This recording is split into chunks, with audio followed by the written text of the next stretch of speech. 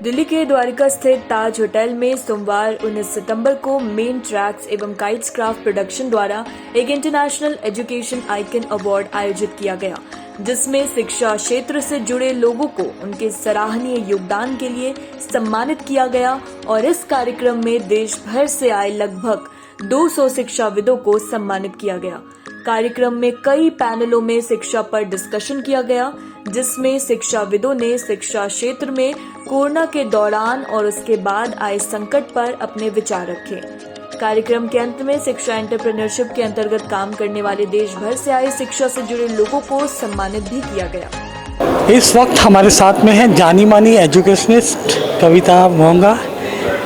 कविता जी, आज के जो कार्यक्रम था यहाँ पर आप स्पीकर के रूप में आए थे, क्या पूरा था कि क्या एजुकेशन एंटरप्रेन्योर, इसके बारे में जो भी आपने बोला डायस से, हम चाहेंगे कि वो आज हमें बताएं। शुक्रिया नरेंद्र जी।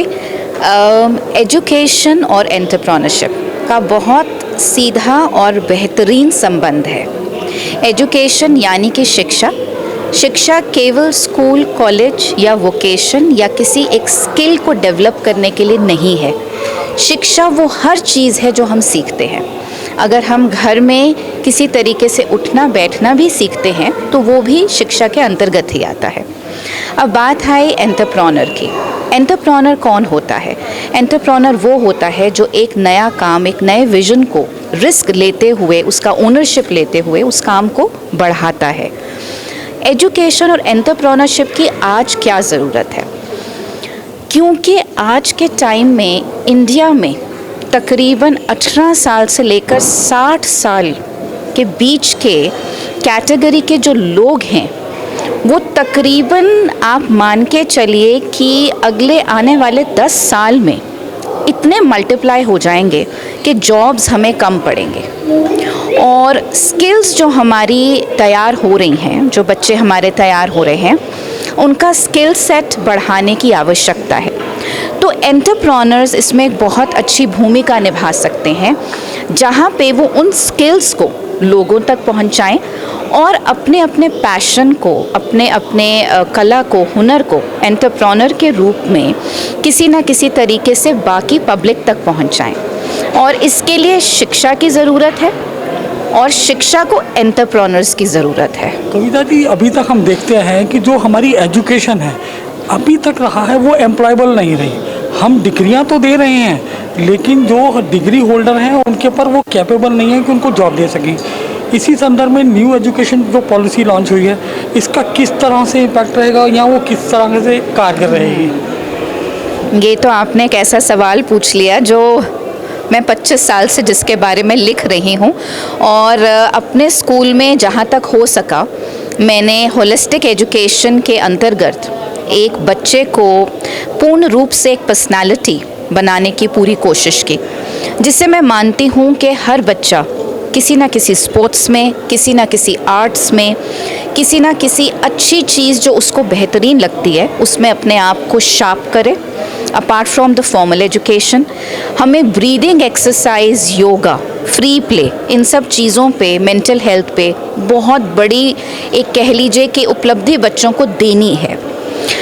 अब आते हैं हम 2020 की एजुकेशन पॉलिसी में, और पॉलिसी तो देखिए बहुत खूबसूरत है।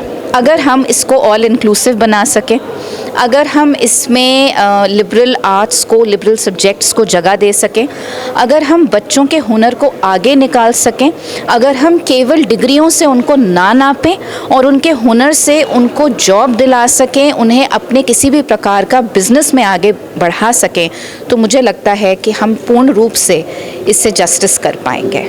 रमनीत जी, जैसा कि अभी आपने बताया कि एजुकेशन एंटरप्रेन्योर को भी एमएसएमई के अंदर रजिस्टर करके उनसे कुछ सुविधाएं लेकर इस इंडस्ट्री को और बूम अप किया जा सकता है। तो एक तो इसके बारे में आपसे डिटेल में पूछना है। नंबर 2 कि आफ्टर द कोरोना किस तरीके से एजुकेशन इंडस्ट्री और ये स्मॉल इंडस्ट्रीज ये इफेक्टेड हुई हैं और किस तरीके से ये इनका रिवाइव हो रहा है?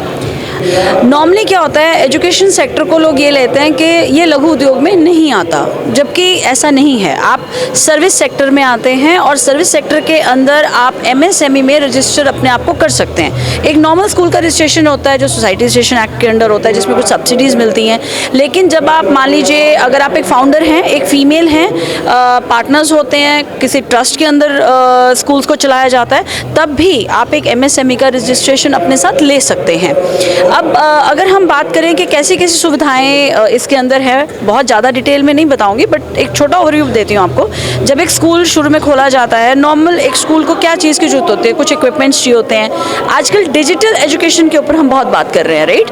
तो digital education that means online classes, सब कुछ, उन चीज़ों के लिए ऐसे कोई इक्विपमेंट्स आपको चाहिए तो आप MSME में अगर रजिस्टर्ड हैं तो MSME डिपार्टमेंट जो है वो आपकी उसमें पूरी हेल्प करता है। लुकिंग एट दी कंडीशंस, कुछ उनकी प्री रिक्विजिट कंडीशंस होती हैं, आप उस पर जा सकते हैं। कोरोना की वजह से जो सेक्टर है वो किस ढंग से इफेक्ट हुआ है, बहुत इफेक्ट हुआ है। ऑनेस्टली स्पीकिंग आप यकीन नहीं मानेंगे कि सर्विस इंडस्ट्री भी इफेक्ट हुई है और मैन्युफैक्चरिंग इंडस्ट्री भी इफेक्ट हुई है। अब मैं क्लियर कट बिल्कुल एजुकेशन वाली इंडस्ट्री पे आ जाती हूँ, क्योंकि आज हम एक एजुकेशन कंक्लेव की बात कर रहे हैं। तो कोरोना काल में क्या है कि भी ऑफलाइन जो है वो क्लासेस बंद हो गई, ऑनलाइन सिस्टम आ गया। लेकिन अभी भी बहुत से स्कूल्स हैं, यहाँ पे आपने देखा होगा कंक्लेव पे हर स्टेट से, हर शहर से इस टाइम पे एक रिप्रेजेंटेशन हो रहा है।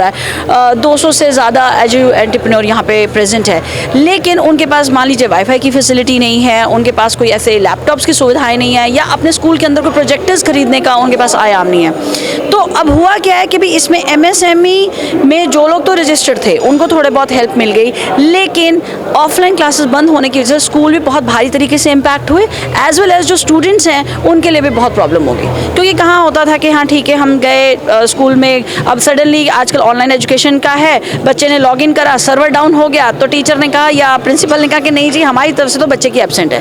पेरेंट्स परेशान हो रहे हैं क्योंकि वो सुविधा नहीं है। हमने एक तरीके का डिजिटल मीडिया कर दिया है, इंडिया कर दिया है। मेंट्रिक्स और जो अपना काइट्स ऑफ प्रोडक्शंस हैं, इन लोगों का एक बहुत ही अच्छा एक इनिशिएटिव है।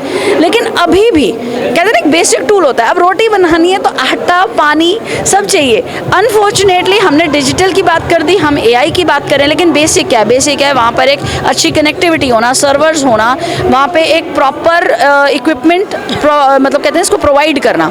बीच में कुछ इन्होंने गवर्नमेंट ने करा कि भी हम स्कूल्स में जी लैपटॉप्स देंगे, बट आप यकीन नहीं मानेंगे अभी भी ऐसे स्कूल्स हैं जहाँ लैपटॉप तो बड़ी दूर की बात है, बहुत ही दूर की बात है। एक नॉर्मल डिजिटल एजुकेशन के लिए सिर्फ स्कूल को डेडिकेटेडली वो इक्विपमेंट्स नहीं मिल रहे। तो कोरोना ने डेफिनेटली बहुत बुरे तरीके से इनको इम्पैक्ट किया, और MSME वापस इनको ला रहा है अपने साथ और डिजिटल प्लेटफॉर्म पे लाने की कोशिश कर रहा है। मेरा शुभ नाम हीरलबा चावड़ा।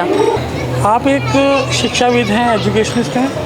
हम जानना चाहेंगे कि जो एजुकेशन के ऊपर इम्पैक्ट आया था कोरोना का, कोरोना ने पूरे विश्व को रोक दिया था, और जो इसका सबसे ज़्यादा इफेक्ट आया था वो एजुकेशन इंडस्ट्री पे आया था।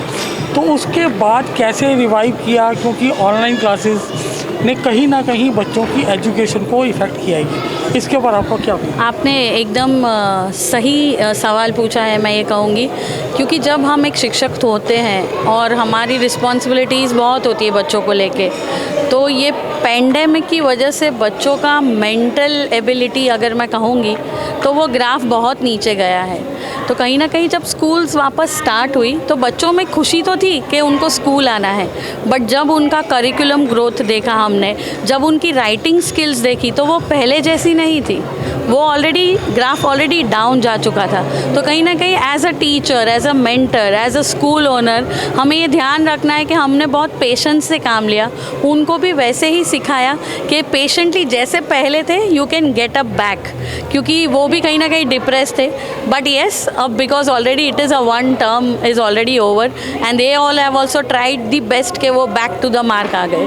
मैडम एक और क्वेश्चन मैं पूछना चाहूँगा कि 2 साल के कोरोना ब्रेक ने कितना पीछे कर दिया है बच्चों को, और कितना टाइम उनको लगेगा रिवाइव होने में? ये मैं हर पेरेंट्स से आज भी कहती हूँ कि आपने 2 साल, हम 2 साल ऐसा समझ रहे हैं, पर बच्चों की ग्रोथ को पहले जैसा बनाने या ये भूल के एक बेहतर इंसान बनाने में कैलकुलेशन ऑफ ईयर्स से ज़्यादा जो काम आएगा वो है calculation of time. Calculation of time जितना हम उन्हें देंगे और कैलकुलेशन ऑफ करेक्शन डायरेक्शन। अगर ये दो चीज़ एक टीचर और एक पेरेंट ने अच्छे से की तो उसमें हमें ईयर्स काउंट करने की ज़रूरत नहीं पड़ेगी। आज के इस कार्यक्रम में छत्तीसगढ़ से आई हुई एक टीचर बिलासपुर से सोमा लहरी जी हमारे साथ में है। एक्चुअली कोविड टाइम में काफ़ी चेंजेस आए। उस टाइम में क्या हुआ, मतलब सभी स्कूल कॉलेज बंद हो चुका था, तो बच्चे जो लोग आदत थे बच्चे का कि स्कूल जाने का, ऑफलाइन क्लासेस अटेंड करना, टीचर का डांट खाना, ये सब उधर बैठ के सीखना, लेकिन उन लोगों का क्या हुआ कोविड टाइम में टोटली एकदम होम ओरिएंटेड हो गया। उन लोगों को बीच बाद में ऑनलाइन क्लासेस स्टार्ट हुआ, लेकिन बच्चे का ये क्या हुआ, वो लोग कभी कभी पेरेंट्स से भी छुपाते हैं, खुद को भी क्लास ठीक से अटेंड नहीं किया वो लोग, एक तो चालू करके सो जाते थे अटेंडेंस दे के। उन लोगों का जानने का ये भूख उसका कम हो गया। और पेरेंट का भी ऐसा हुआ कि पेरेंट भी ऐसे सभी पेरेंट जैसे है कि देखिए गांव में है कि जो ज़्यादा जो किसी बच्चे का है कि पेरेंट्स उतना एडुकेटेड नहीं है, तो वो जो स्कूल से ही सीखते हैं। ज़्यादा से ज़्यादा इंग्लिश मीडियम स्कूल जो है वहाँ के बच्चे का एनवायरनमेंट अलग होता है। अगर स्कूल नहीं जाएंगे तो उसको तो ऐसे इमोशनली उसका क्या बोलूँ, उसका मॉरल भी डाउन होता है और उसका तो एडुकेशन लेवल का जो उसका इंटेलिजेंस लेवल भी बहुत कम हो जाता है ना। तो अभी क्या है, उसके बाद कोविड के बाद तो हम लोग को कोशिश ये है कि बच्चे फिर से स्कूल कैसे आए, उन लोगों को इंटरेस्ट डेवलप कैसे किया जाए। हाँ, उन लोगों को ऐसे मोटिवेटेड करने के लिए काउंसलर लोग जो है वो अलग से उन लोगों को पेरेंट के या बच्चे के मोटिवेशन के अलग अलग तरीके हम लोग ये यूज़ कर रहे हैं। Deepti Mathur.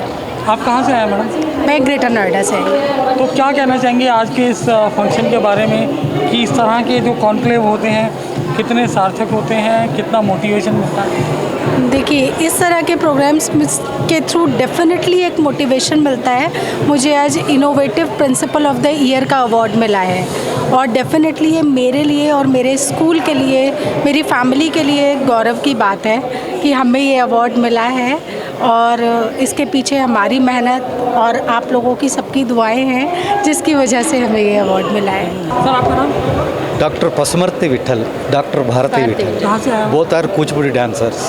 We belongs to Andhra Pradesh, but settled in Delhi. आज कैसा लग रहा है इस कॉन्क्लेव में आके और आपको अवार्ड मिला है, सम्मान मिला है? कला को एक तरफ से प्रोत्साहन मिलना बहुत ज़रूरी है। हमें अच्छा लगता है कि जो भी आर्टिस्ट को एक तरफ से रंगमंच पे एंकरेजमेंट मिलना अच्छे लगता है। हाँ, करसन भाई सोलंकी फ्रॉम गुजरात। आज 2022 का एजुकेशन अवार्ड हमारे स्कूल को बेस्ट ऑफ इंडिया का स्कूल का अवार्ड मिला। आज बहुत खुशी है। और देवाधिदेव सोमनाथ महादेव जहाँ रहते हैं, तो सोमनाथ गिर सोमनाथ डिस्ट्रिक्ट से हम आ रहे हैं, तो हम सबको न्योता भी दिया है। ये दूसरी बार है हमारी एजुकेशन में। हमारी CBSE स्कूल स्टार्ट हुआ 2021 में। 21 में भी हमको ऑल इंडिया का बेस्ट टॉप 10 में हमको अवार्ड मिला है और आज का भी जो अवार्ड हमें मिला है मुझे बहुत खुशी है। हमारे साथ एक और शिक्षिका हैं करिश्मा जी, जो उत्तराखंड से आई हैं। मैडम बहुत बहुत स्वागत आपका। Thank you sir. Thank you so much. Conclave में आपको अवार्ड मिला। जैसा कि अभी बातचीत में बताया कि आप उत्तराखंड से आए हैं, वहाँ पर एजुकेशन कोरोना के बाद का किस तरीके का इफेक्ट देखने को मिला? Sir, education is always having a positive effect, हमेशा ही रहा है। Teachers are the first line front warriors during even COVID time. Teachers ने जितनी मेहनत की है, मेरे अकॉर्डिंग उतनी मेहनत डॉक्टर्स ने भी नहीं की, because to get child involve in the study online is a tough job. But हाँ, बच्चों के ऊपर बहुत सारा इफ़ेक्ट रहा है। सबसे पहले इफ़ेक्ट ये था कि बच्चे 24 आवर्स के लिए मदर्स के साथ थे, पेरेंट्स के साथ थे। मदर उसी टाइम बच्चे को पढ़ाना चाहती थी जिस टाइम वो कन्वीनियंट फील करती थी कि अब मैं फ्री हूँ, अब तुम पढ़ो, और बच्चा उस टाइम नहीं पढ़ना चाहता। So they never fix a timing कि किस टाइम पढ़ाना है, किस टाइम खेलना है। The child use to get set in the during online classes. तो उसके बाद मदर, चलो अब तो पढ़ लिए, बहुत हो गया। They did not get time to play, to interact with friends, to peer group, और वो स्कूल को भी मिस करते थे। थोड़ा सा इफ़ेक्ट ये रहा है कि जो टीचर ने टेक्निकली एरर्स सीखने हैं कि यहाँ पे आपकी हैंड राइटिंग रॉन्ग है, ये स्पेलिंग एरर है, you can improve in this way, वो मदर नहीं कर सकती। Because teachers are always skill based, तो वो स्किल बेस्ड जो एरर्स हम बता सकते हैं पेरेंट्स कांट डू, तो इसका इफ़ेक्ट तो पड़ा है। बट हाँ, धीरे धीरे वो कवर अप कर रहा है, because teachers are always a great warrior. I am Dr. Sanipina Jayalakshmi Rao, Facebook super editor and international member of World Human Rights Protection Commission. अच्छा, आज जो आपको अवार्ड मिला है वो किस चीज़ के लिए? I received Education Icon Award 2022, Higher Education and Publisher, World Human Rights Protection Commission, as Facebook super editor. अच्छा, ये बताइए मैम, आप खुद एक वुमेन ह्यूमन राइट प्रोटेक्शन के लिए काम करती हैं, लगातार काफ़ी समय से काम कर रही हूँ। लेकिन क्या लगता है कि अभी भी बहुत सारी वुमेन्स है जो करना तो बहुत कुछ चाहती हैं लेकिन कर नहीं पाती, उनको क्या मैसेज देना चाहेंगे? My message to women, especially, they should be economically self-reliant. Unless they stand on their own feet, as they should fight for their own rights at home and at society, at national and international level. So start your rights to be protected at home, and then your rights can be protected in society, and at national level and international level you can stand in front of the world that you can achieve anything on earth. Ayesha Singh. Ayesha जी, आज आपको क्या award मिला है? Top 10 schools award मिला है पूरे India में। पूरे इंडिया में कैसा लग रहा है ये अवार्ड? बहुत अच्छा लग रहा है क्योंकि इतना महत्वपूर्ण अवार्ड हमारे जैसे स्कूल को मिल रहा है, so it's a very nice thing for us. आपको जो अवार्ड मिला है, कहीं ना कहीं मैं इस अवार्ड से रिलेटेड एक सवाल पूछना चाहती हूँ। आप देख रहे हैं बच्चे जो धीरे धीरे हैं वो एजुकेशन से दूर हो रहे हैं। डिजिटल इंडिया जैसे जैसे बनते जा रहा है, बच्चे सोशल मीडिया पर काफ़ी ज़्यादा आ रहे हैं, और बहुत से बच्चे ऐसे हैं जिनका माइंडसेट क्लियर नहीं होता कि उनको एजुकेशन की फील्ड में कहाँ जाना है, कहाँ नहीं जाना। तो एक छोटा सा मैसेज आप बच्चों को देना चाहेंगे? मेरे को ये बहुत आज जो आपने क्वेश्चन पूछा है, it's a very challenging question, because इस चीज़ पे बहुत कुछ रिसर्च हो रहा है ऑल ओवर वर्ल्ड, और स्पेशली कोरोना के बाद में, पेंडेमिक के बाद में ये और ज़्यादा इफ़ेक्ट हुआ है। एंड बच्चों को, जो पेरेंट्स को और बच्चों को मैं यही बोलूँगा कि जैसे कि कॉन्फ्रेंस में भी ये बोला गया कि बच्चों को काउंसलिंग की शायद इतनी ज़रूरत नहीं है जितनी कि आज की तारीख में पेरेंट्स को काउंसलिंग की ज़रूरत है। क्यों है? Because with the times to grow, technology is good. Social media में एक लेवल पर आज की तारीख में जो प्रॉब्लम्स आ रही हैं वो बैलेंस नहीं है, और बैलेंस का रीज़न ये है कि कम्युनिकेशन जिन पे गैप इतना ज़्यादा बढ़ता जा रहा है कि इस कारण से प्रॉब्लम्स अराइज हो रही हैं। क्या पढ़ाते हैं सर आप? मैं मैथ्स पढ़ाता हूँ। क्या नाम है आपका? मेरा नाम है माइकल दत्ता। माइकल जी, क्या लगता है मैथ जो है वो बच्चों के लिए काफ़ी टफ होता है? देखिए, टफ एज इफ़ अगर आप सोचिए कि अगर आप उसको कैसे प्रेजेंट करते हैं, अगर आप उसको इंटरेस्टिंग वे से प्रेजेंट करते हैं तो वो टफ नहीं होना चाहिए, बल्कि इंटरेस्टिंग होना चाहिए, इज़न्ट इट? तो हमारा काम है कि हम बच्चों की तरफ कैसे उसको इंटरेस्टिंग वे में प्रेजेंट कर सकें। तो यानी कि मतलब आपके अकॉर्डिंग ये है कि बच्चों को अगर अच्छे इंटरेस्टिंग वे में प्रेजेंट करेंगे तो उनको समझ आएगा, उनको इंटरेस्ट आएगा, तो फिर उसमें और उसको फिर टफ नहीं लगेगा। फिर आज जो आपको अवार्ड मिला है वो best mathematics teacher of the year. Right. तो यानी कि आपसे तो स्कूल में बच्चे बहुत खुश रहते होंगे? हाँ, अभी तक तो खुश है। मतलब अभी तक देखते हैं टीचर जब क्लास में पढ़ाने आते हैं तो मैथ के टीचर से सारे बच्चे भाग जाते हैं। हाँ, पर ऐसा मेरे साथ नहीं है, क्योंकि वो उनके साथ मेरा काफ़ी अच्छा रैपो भी है, और वो समझते भी है, एंजॉय भी करते हैं और फिर सीखते भी है। मेरा नाम डॉक्टर उमा सिंह है और मैं अहमदाबाद गुजरात से हूँ।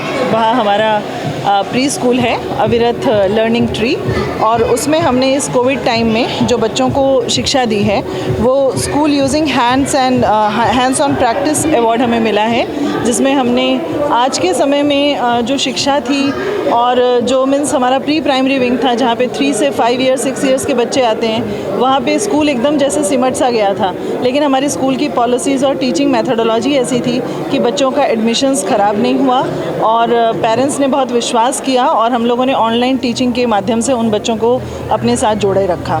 तो हमारे स्टूडेंट्स कहीं पलायन नहीं किए और हमारे साथ ही वो कंटिन्यू रहे। तो हमारा एकेडमिक जो करियर रहा बच्चों का और जो एकेडमिक ईयर रहा वो बहुत ही सक्सेसफुल रहा, उसके लिए हमें अवार्ड किया।